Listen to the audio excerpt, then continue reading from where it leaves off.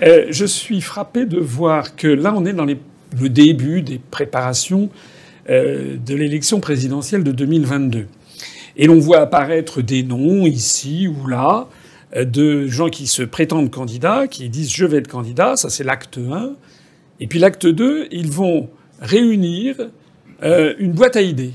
Parce qu'ils ne savent pas quoi faire. Alors c'est extraordinaire. Alors je ne dis pas qu'il ne faut pas préparer un programme. Mais là, on a l'impression que la question, c'est je suis candidat, ça c'est la première chose, puis après, mais qu'est-ce que je vais pouvoir dire? Et ça va tout à fait dans le sens de ce que dit Henri Guénaud, c'est-à-dire que ils savent que le mot de Gaulle est plutôt connoté positivement dans une très grande partie de la population, donc ils vont se dire gaullistes, mais ils savent aussi que le mot Europe est connoté positivement dans une partie de la population, et puis quand on est eurocritique, on est très vite critiqué, voire banni des médias, donc ils vont se dire pour une Europe. Et puis, mais ils se rendent pas compte que déjà dire gaulliste et Europe fédérale, déjà il y a un oxymore, il y a quelque chose qui est contradictoire. Et ainsi, on voit apparaître des candidats, l'élection présidentielle notamment, et c'est une collection de mesures qui ont été choisies en fonction du répondant qu'ils obtiennent dans l'opinion, mais sans aucune cohérence, ce qui mène à des candidats qui sont élus, qui font du en même temps, et puis une fois qu'ils sont présidents de la République, eh ben on s'aperçoit qu'ils ne font rien de ce qu'attendaient les Français, parce qu'ils ne pouvaient pas, de toute façon, faire des choses contradictoires. Henri Guénaud, vous voulez, dans ce livre, redonner aussi à la démocratie peut-être ses lettres de noblesse, j'ai l'impression. Oui, mais ça commence d'ailleurs par le sujet que vient d'évoquer François Asselineau, sujet des programmes. Dans une élection présidentielle, c'est l'élection d'un homme qui va prendre en main les destins d'un peuple, quand le peuple lui confie décide de lui confier son destin. Et donc, tout naturellement, un homme d'État qui devient président de la République doit être lui-même un programme. Il personnifie des valeurs, il incarne le destin d'un pays, il incarne une politique. Ce qui se passe depuis plusieurs décennies, c'est-à-dire que... Depuis l'Union européenne.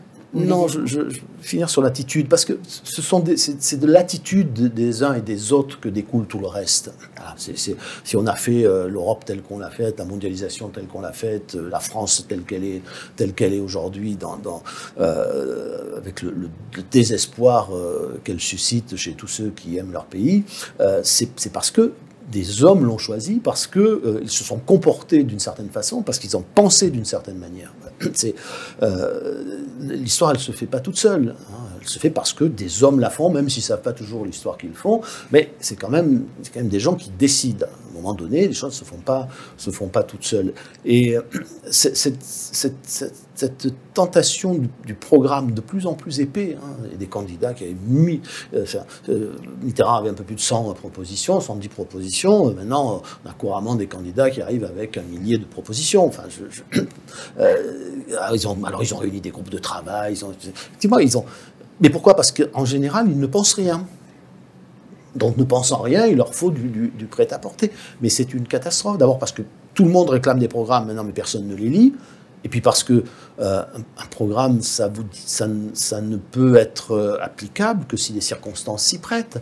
Or, de plus en plus, on le voit dans les derniers quinquennats, les circonstances peuvent changer du tout au tout entre le moment de l'élection et puis la suite du mandat. Vous évoquez Mitterrand, mais personne ne se réclame du mitterrandisme, par exemple. On entend très peu dans les médias. Pourquoi? Vous vous demandez pourquoi? Oui. Parce que le mitterrandisme, à part une habileté politicienne souvent extraordinaire, ça signifie quoi pour le destin de la France? Ça signifie quel projet, quelle pensée, quel critère de décision. Si vous dites gaullisme et que vous réfléchissez un peu au regard de ce qu'a été l'histoire, vous avez une idée de ce que ça peut signifier comme mode de gouvernement, comme relation au pays, comme relation à son avenir, son destin. Si vous dites mitterrandisme... il a choisi un virage libéral et aujourd'hui... Non, mais il n'a pas choisi de virage libéral, il n'a rien choisi du tout. Il a évolué comme les calculs politiciens le faisaient évoluer à un moment donné. Il n'était pas plus libéral que socialiste, il venait d'ailleurs de l'extrême droite dans les années 30, il est passé par à peu près toutes les cases idéologiques possibles et imaginables, mais il n'a rien incarné théologique. Il s'est fait élire sur le programme commun, puis quand il a fallu faire le virage parce que la faillite était là, il a fait le virage, puis il aurait bien fait un autre virage si ça avait été nécessaire. Il y a peut-être qu'une seule constante chez lui, c'était son rapport à l'Europe, qui a été celui de beaucoup de gens qui ont vécu les années 30, la guerre, etc., et qui pensaient que l'Europe, ça pouvait être la paix, et surtout qu'il ne fallait pas laisser l'Allemagne partir toute seule, vivre sa vie, que ça, c'était dangereux. Ça a été peut-être le seul fil directeur de sa vie, à tort ou à raison. Mais à part ça, Mitterrand n'a rien incarné dans l'idéologie. Vous êtes d'accord, François Asselineau? Globalement, oui. Je dirais que De Gaulle, c'est plus qu'un homme d'État. C'est une des grandes figures de l'histoire de France.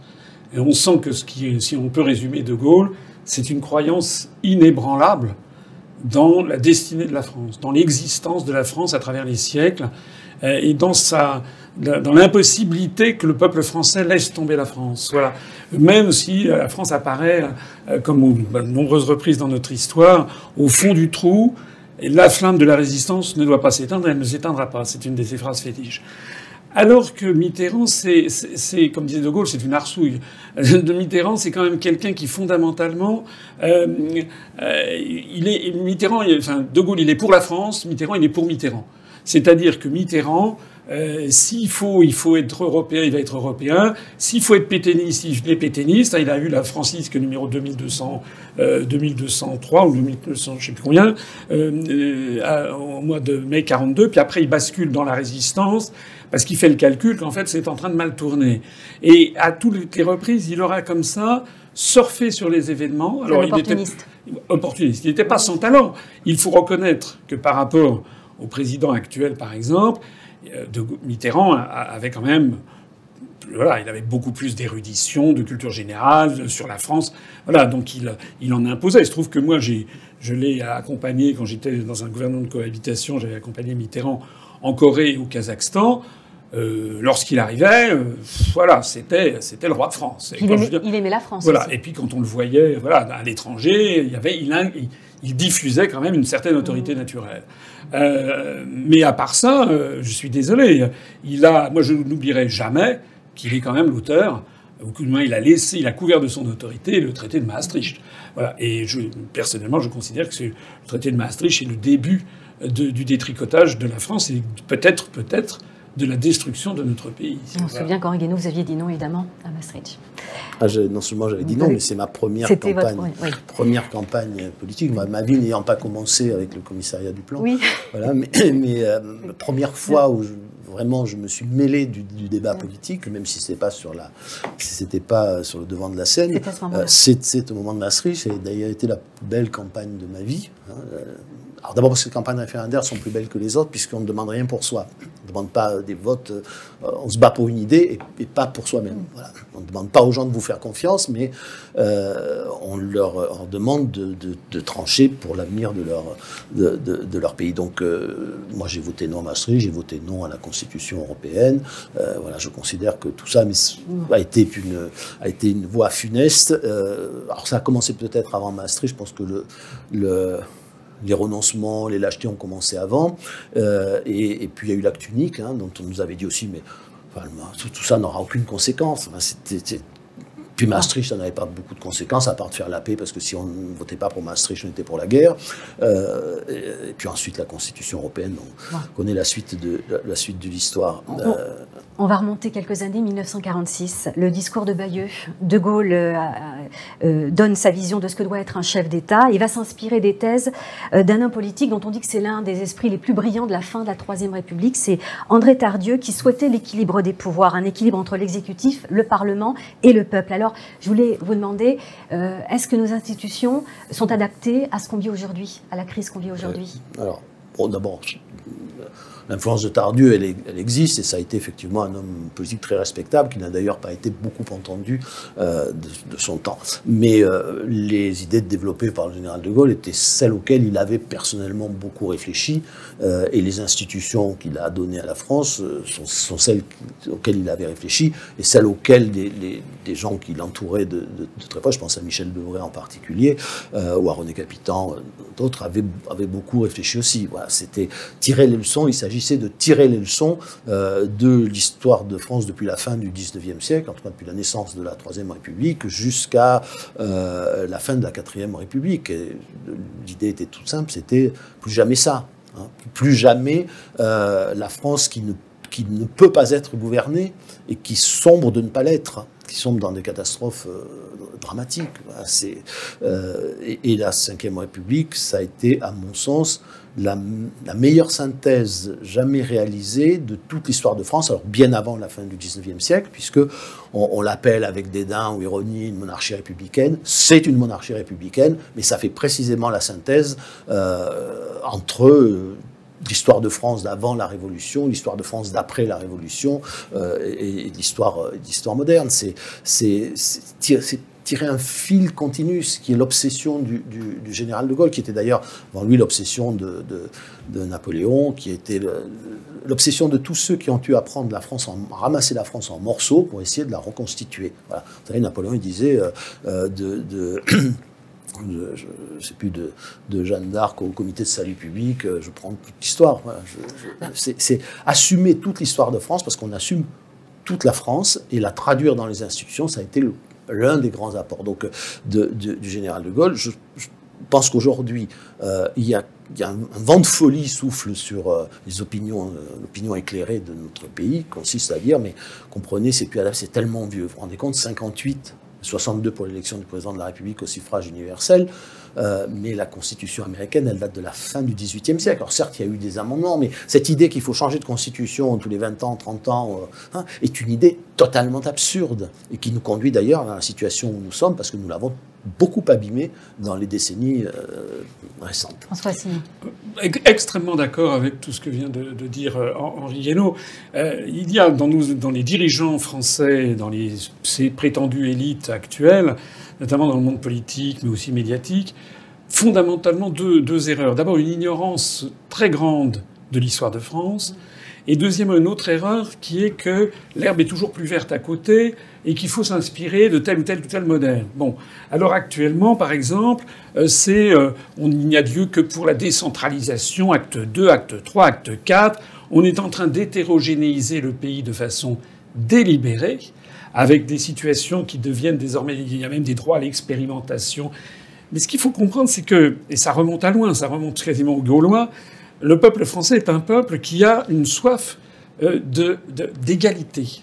Il y avait, comment dirais-je, c'était, je crois, Chateaubriand qui disait, après l'histoire de la Révolution, en fait, les Français se fichent pas mal de la liberté, l'égalité seule est leur idole. Les Français, c'est d'abord un peuple qui a besoin de l'égalité, d'une certaine forme d'égalité, au plus haut niveau, parce que chaque Français espère avoir son petit avantage dans son coin, mais une égalité globale, et il attend de l'État, et ça remonte à Saint-Louis, que l'État soit régulateur et assure la justice. Voilà. C'est-à-dire que l'idée que l'on va avoir, par exemple, à l'américaine, des provinces, des régions qui auront des lois, des dimensions différentes, c'est exactement revenir à la fin de l'Ancien Régime. Et ce qu'a fait la Révolution française, c'était aller dans le sens de ce que souhaitaient les Français, d'ailleurs. C'est d'ailleurs pour ça que la Révolution française a fini par triompher de l'Ancien Régime, avec des soubresauts tout au long du XIXe siècle. C'était que ça correspondait à cette soif d'égalité.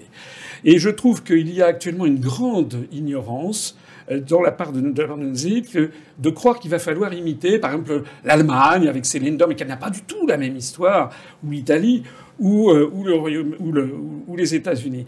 Regardez l'affaire des... Là, je suis aussi d'accord tout à fait avec Henri Guénaud, c'est que en Angleterre, l'Angleterre est fondée sur des traditions qui remontent parfois... Enfin, le discours de la reine, ou le type qui arrive avec la masse à Westminster, mais ça remonte à 8 siècles. Et ce qui est très important, je connais bien le Japon aussi, le Japon c'est une monarchie qui remonte, qui a plus de 2000 ans d'âge. Et la modernité s'appuie tout à fait sur une tradition parce que c'est une espèce de fil continu hein, qui rappelle ce beau proverbe africain qui dit « Si tu ne sais pas où tu vas, regarde d'où tu viens ». On a un problème avec la tradition, Oui, alors. en France, on a l'impression qu'il y a une espèce de volonté systématique. On va tout changer, on va tout modifier, c'est jamais bien, etc. Donc ça donne une espèce d'insécurité presque civilisationnelle. Et un des drames de la France aujourd'hui, c'est que beaucoup de Français ne se retrouvent plus dans la France. Et beaucoup de Français d'origine étrangère. Des gens qui sont des jeunes qui sont de la première ou deuxième génération, qui sont arrivés dans un pays qui a une certaine forme, qui d'un seul coup, ils se disent « Mais ce pays se renie ». Il y a une très belle phrase de De Gaulle, j'arrêterai là, une très belle phrase de De Gaulle qui dit qu'il s'adresse avant tout à toutes celles et à tous ceux qui veulent avant tout que la France reste la France. Alors ça ne veut pas dire que la France ne change pas. Elle change, mais elle change un peu comme change une personne, c'est-à-dire tous les jours imperceptiblement. Bien sûr, elle change. Bien sûr, la France d'aujourd'hui, ou même la France du général de Gaulle, elle n'était pas tout à fait la France de Louis XIV. Il l'avait d'ailleurs dit. Imaginons pas que nous allons revenir à la France de Louis XIV. Mais c'était toujours la France. C'est-à-dire qu'il y a une continuité. On perd jamais le fil, on ne le rompt jamais. Et même la Révolution, quoi qu'on en dise, si elle a été une rupture sanglante d'une certaine façon, d'une autre façon a été une forme d'accomplissement, parce que qu'a accompli la Révolution française, sinon l'idée de cet idéal d'une France une et indivisible, qui était le projet capétien depuis l'origine des Capétiens. Vous n'avez pas l'impression qu'elle se meurt, la France? Comment? Elle se meurt, la France, non? Non, alors... Je ne sais pas si elle se meurt parce que jusque-là, elle a traversé bien des épreuves où elle a failli mourir et elle n'est pas morte. Bon, on verra bien ce que le général de Gaulle en a vu d'autres, la France. Hein. Bon, je ne sais pas, c'est un peu trop tôt pour prononcer l'éloge funèbre, mais en tout cas, elle se retrouve dans une situation de grande difficulté. Et pour rebondir sur le propos de François Asselineau à propos de cette espèce de fragmentation qu'on voit non seulement d'ailleurs à travers la décentralisation, mais à travers la communautarisation, à travers la montée des minorités agissantes, etc. Donc, on voit bien qu'il y a une fragmentation. Vous savez, Pompidou disait arrêtez de me casser les pieds avec l'Europe des régions. L'Europe des régions, elle a déjà existé, ça s'appelait le Moyen-Âge. Voilà. Donc la question est de savoir si nous voulons revenir, ce qui est le projet d'un certain nombre de gens, avant la nation, avant la naissance de la France, ou pas. Mais il faut savoir que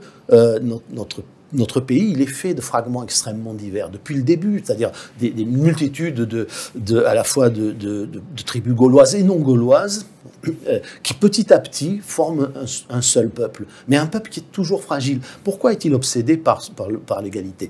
Pas obsédé par l'égalité parce qu'il est dominé par une idéologie égalitariste, vouloir que tout le monde soit sous la même toise. Il est obsédé par l'égalité parce que c'est la clé de voûte de l'unité française. Voilà.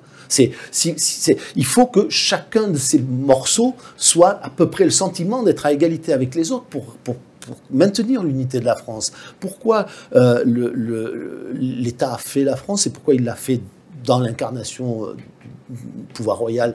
Parce qu'il fallait que le souverain soit le plus puissant possible pour que face à lui, le plus puissant des seigneurs et le plus humble des sujets soient à égalité. Un besoin d'égalité, besoin d'équité aussi. Voilà. Comment? Besoin d'égalité, mais aussi besoin d'équité, c'est une petite nuance. Non, besoin de justice. Oui. Besoin de justice, c'est-à-dire le sentiment que chacun est traité de la même manière, avec la même dignité, avec la même considération, qu'il a les mêmes droits et les mêmes devoirs. Et sinon, il n'y a plus d'unité. Elle est fragile, cette unité. Et ce que nous avons oublié, en tout cas ce que une partie de ceux qui nous dirigent, ou de ceux qui dirigent l'opinion, qui la forgent, a oublié, c'est que cette unité était d'une grande fragilité et qu'on la mettait en danger quand on se comportait comme on se comporte. Je crois que nos compatriotes ne se rendent pas suffisamment compte que la France pourrait quand même disparaître. Ils pensent que c'est une donnée. Ils pensent que la France, c'est une donnée qui existera toujours, que la langue française, c'est une donnée qui existera toujours, la culture française, une donnée qui existera toujours, notre niveau de vie, une donnée qui existera toujours. Et donc, c'est un peu un caprice d'enfant gâté que de se dire, bah, maintenant, je fais ce que je veux, je modifie tout, je charcute les institutions, je mets de côté, parce que c'est exactement ce qui vient d'être dit, je mets de côté le Parlement, je mets de côté les administrations, etc. Je crée moi-même mon petit comité Théodule, etc. Il y a quand même beaucoup d'inconséquences là-dedans. Il y a beaucoup d'irresponsabilités. Hein, Deng Xiaoping qui disait, le leader chinois, qui disait, ou reprenant une phrase d'ailleurs de Confucius, il faut diriger un grand État comme on fait cuire un petit poisson. C'est-à-dire avec beaucoup de délicatesse. Voilà. Et l'histoire de Chine, par exemple, est une histoire aussi d'explosion, de reconstitution par des nouvelles dynasties. Et moi, je crois que on a affaire à des personnes qui ne se rendent pas compte des risques que nous prenons avec l'Union européenne, avec la soumission à l'Allemagne, avec les délocalisations généralisées qui découlent des traités, donc avec la perte de substance, de création de richesses qui fait le niveau de vie des Français, avec les privatisations des services publics qui sont exigées par Bruxelles et qui remettent en cause le lien social dont on parlait, qui est tissé depuis des siècles. Et les Français sont extrêmement attentifs à la sécurité sociale, au système hospitalier, au système éducatif, etc. Et c'est tout ça. C'est l'identité même de la France qui est en train d'être remis en cause, avec cette espèce d'insouciance, un peu comme la Pompadour, qui disait après nous le déluge, en 1750. Donc effectivement, je ne partage pas l'opinion selon laquelle sortir de l'euro, ça serait l'apocalypse. Ça, je ne le crois pas du tout. D'abord parce que c'est faire la catastrophe. C'est ce qu'on nous a dit sur le Royaume depuis 5 ans sur le Brexit. Des gens qui avaient tous des arguments. Moi, j'ai toujours dit, il y a des quantités de vidéos qui montrent que depuis 5-6 ans, j'ai toujours dit qu'il n'y aura pas d'apocalypse. Il n'y a pas d'apocalypse. Non, ça, et là, il faut voir que lorsque l'Union soviétique s'est désintégrée, ils ont créé 15 monnaies nationales. Alors, il y a eu un passage à vide, il y a eu des gros problèmes. Des chutes de 15% du PIB, c'est vrai. Mais au bout de 10 ans, tout est surmonté. Maintenant, la Russie et les pays de la Russie se portent beaucoup mieux que la fin de l'URSS. Mais en plus de ça, c'est un petit peu technique ce que je vais dire, mais le rouble, il y avait une banque centrale nationale. Et le rouble était une monnaie unique. Alors que j'ai expliqué dans mes conférences que l'euro n'est pas une monnaie unique. Il y a actuellement 19 pays dans la zone euro, il y a 19 banques centrales nationales. Je renvoie à mes conférences, il y a toujours la Banque de France. Et l'euro que nous utilisons en France, c'est une créance sur la Banque de France qui s'appelle euro, comme les créances que nous avons. Si vous avez un compte en Allemagne, c'est une créance sur la Bundesbank, qui s'appelle euro, qui s'échange au taux de 1 pour 1. Mais fondamentalement, les créances sont bien différenciées. Et ça a été voulu comme tel parce que justement l'Allemagne voulait un système qui soit facilement réversible. C'est-à-dire que nous avons clé en main une Banque de France, des comptes nationaux, on connaît quelle est notre monnaie nationale. Bon, il y a donc on a quand même toute une série d'instruments qui permettent de gérer la transition vers un retour à la monnaie nationale. Voilà, il y a des jours avec et des jours sans. Il y a des jours où c'est vrai que certaines choses me désespèrent. Maintenant, comme disait Bernanos, l'espérance est une vertu héroïque. Il y a des jours et des époques où cette vertu exige plus d'héroïsme que d'autres époques.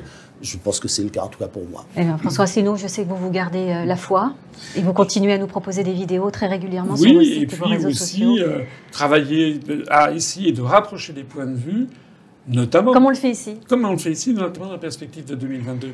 Et moi, les entretiens que j'ai faits là depuis quelque temps montrent que chacun a ses valeurs, ses divergences, mais il y a quand même un fond commun chez beaucoup de responsables français, et là on vient de le voir encore, qui commencent à refuser la destruction de la France. Voilà. La question, elle est là. Il y a un moment à partir duquel il faut dire non, il faut dire les Français, moi c'est ma conviction profonde, et j'essaie d'œuvrer là-dedans. Je pense qu'au bout du compte, les Français ne laisseront pas tomber la France. Voilà. Votre livre, De Gaulle, le nom de tout ce qui nous manque, aux éditions du Rocher. Merci beaucoup Henri Guénaud, merci François Asselineau, et j'invite bien sûr tous les internautes à commenter sous cette vidéo. À très bientôt, je vous remercie de votre attention.